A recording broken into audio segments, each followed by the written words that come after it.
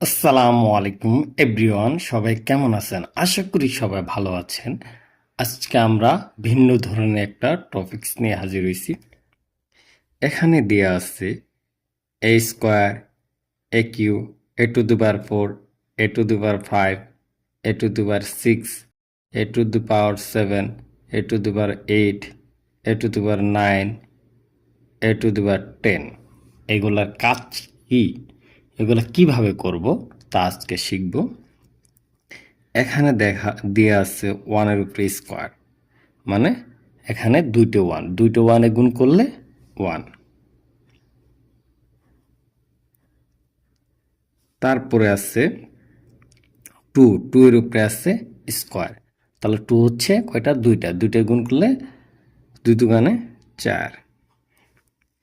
তারপরে থ্রির উপরে আছে স্কোয়ার, তাহলে থ্রি হচ্ছে কয়টা?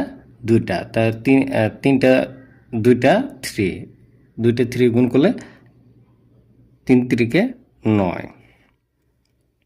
তারপর ফোর স্কোয়ার আছে, সেক্ষেত্রে ফোর হচ্ছে দুইটা, 4 4 16।